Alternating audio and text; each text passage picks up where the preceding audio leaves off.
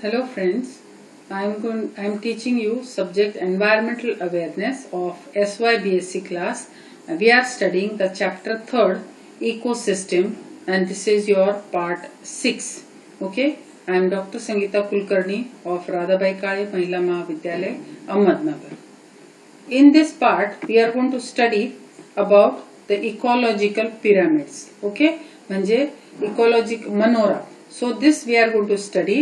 Ecological pyramids are graphic representation of the trophic structures.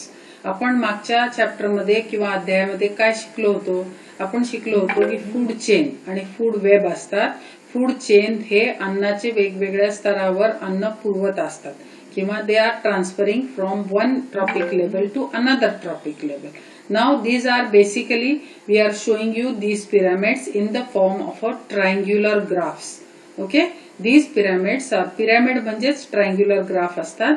So as you can see here की producer मी तुम्हाला सांगितलं की सगळ्यात मोठे कोण असतात, फर्स्ट ट्रॉपिक लेवल असतं ते प्रोड्युसर असतात, ते सगळ्यात मोठा घटक असतो. त्याच्यानंतर त्याच्यापेक्षा छोटा जो आहे तो प्रायमरी कन्झ्युमर असतो म्हणजे हर्बीवोर असतो, त्याच्यापेक्षा लहान असतो second trophic level.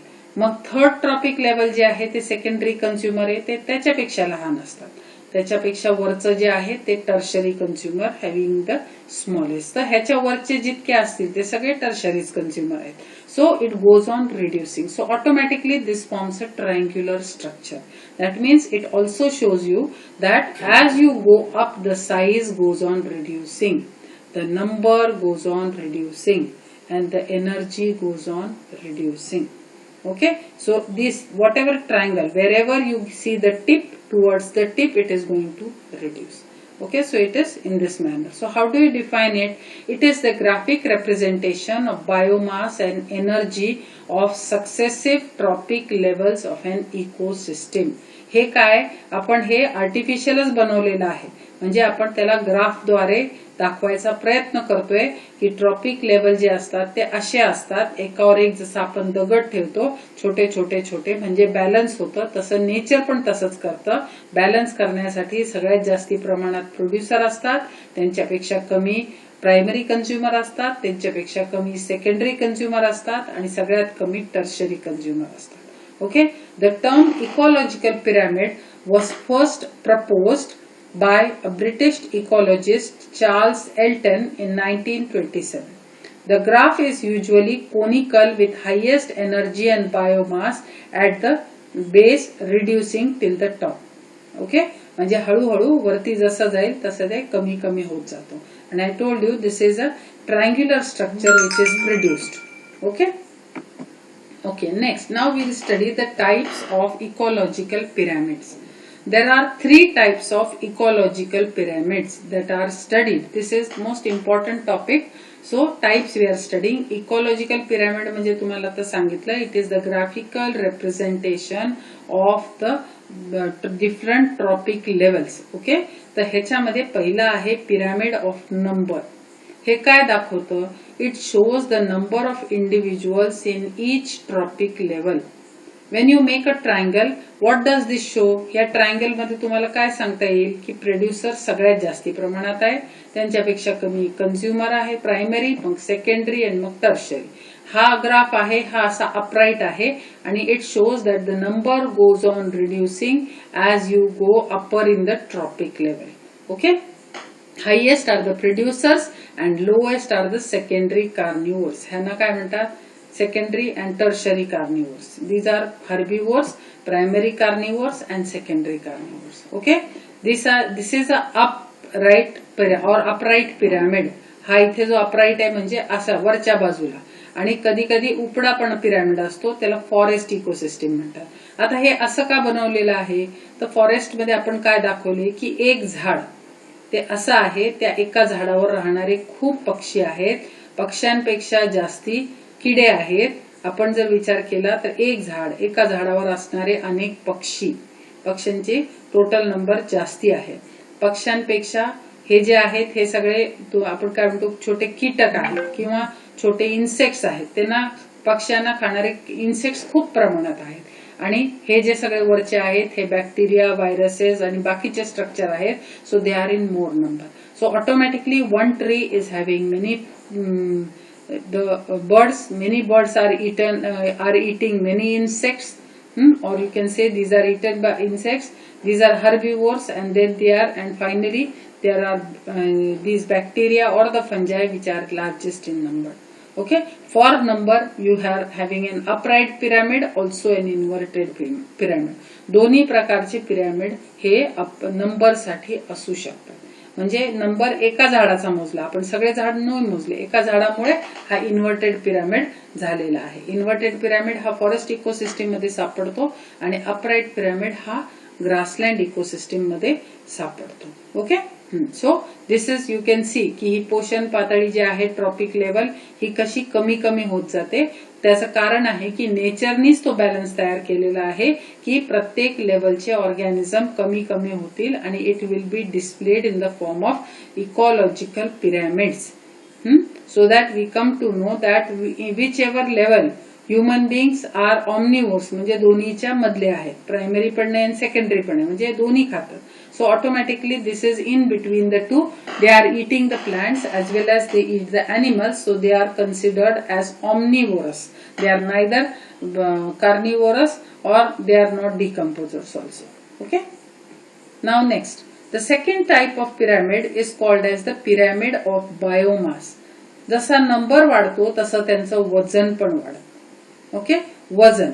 So automatically वजन म्हणजे biomass. So biomass is the quantity of living mass and material in the given area.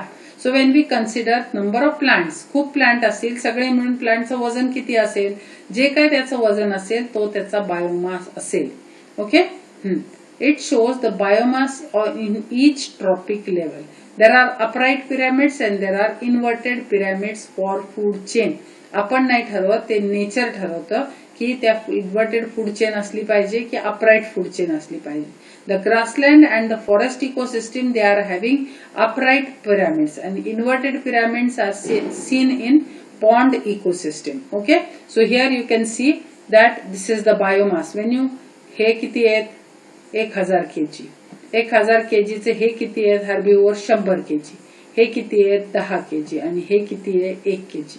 म्हणजे ह्याच्यात जसा नंबर कमी कमी होत जातो तसा ह्याच्या बरोबरीने मास पण कमी कमी होत जातो.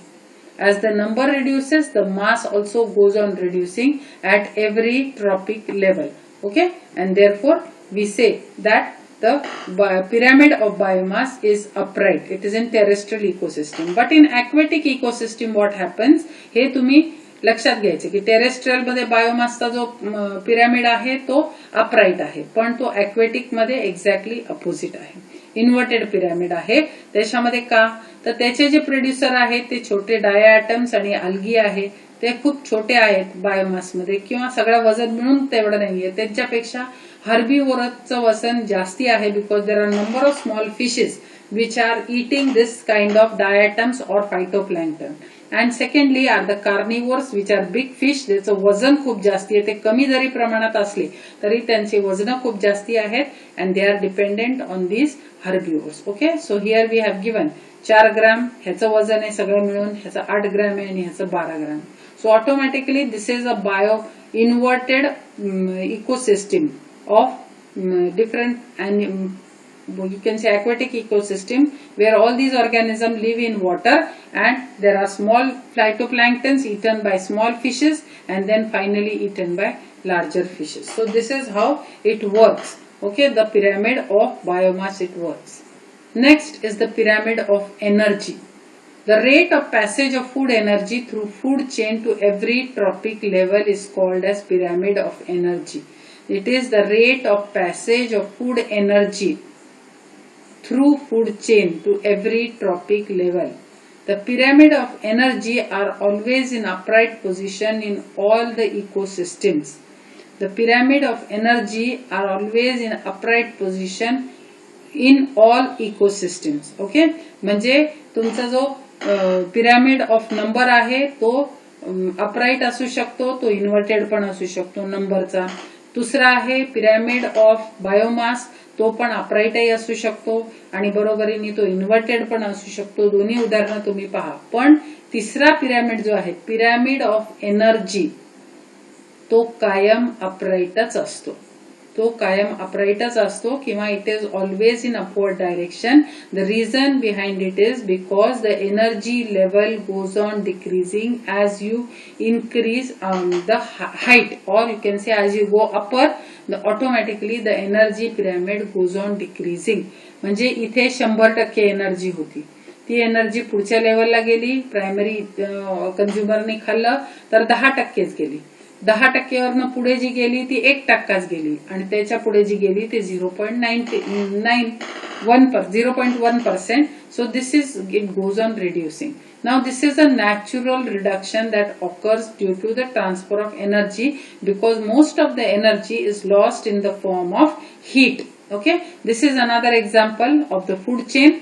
First level plants, they are having 100%, second grasshopper having 10%, third frog having 1% and snake having 0.1%. Therefore, the number of, and hawk is next level. Hawk is the least in number, followed to snakes which are higher than that, frogs are higher than the snakes, grasshoppers are higher than the frogs, and finally the plants are higher than the grasshopper. So in this manner the inner energy pyramid is formed. The energy flow is always unidirectional. म्हणजे एकदा sunlight ने energy दिली तर sunlight does not take it back. It continues to every tropic level and lost in the form of heat. It does not revive again. ती संपली, आजची energy जी होती सूर्याची ती संपली, दुसऱ्या दिवशी दुसरी energy. So this is how it continues, and the number as well as the biomass, it may be showing upright or it may be showing inverted type of energy pyramid. But in case of energy pyramids, it is always in the upright position. The energy pyramids are always in upright position. Okay, now we have some questions regarding this. Multiple choice. Importance of ecosystem lies in flow of material, flow of energy. हे दोन्ही त्याचे function आहे, त्यामुळे both answer आहे. Pyramid of energy is always upright and unidirectional.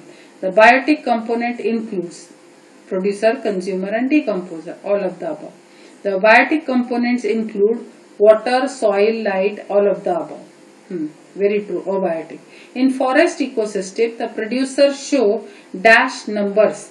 In forest ecosystem, producers show maximum number. Producers show maximum number in forest ecosystem. The term ecosystem was proposed by A.G. Tansley. The word ecosystem or term ecosystem was proposed by A.G. Tansley. And thank you very much for listening to me patiently, and hope you will do good in your examination for this chapter, which will be given to you as a part of MCQ or in the form of short answers for your examination. All the best to all of you, all the students, and thank you very much.